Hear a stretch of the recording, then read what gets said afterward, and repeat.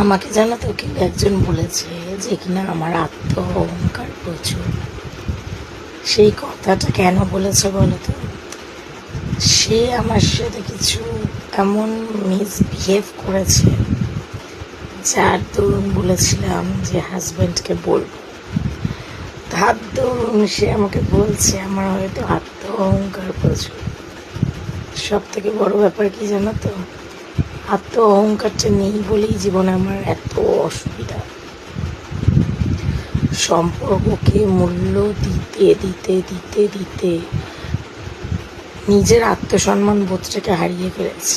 লোকের কাছে ছোট হতে হতে এতটাই ছোট হয়ে গেছি যে মানুষ ভুলেই যায় যে আমার কোনো মান সম্মান বলে আছে।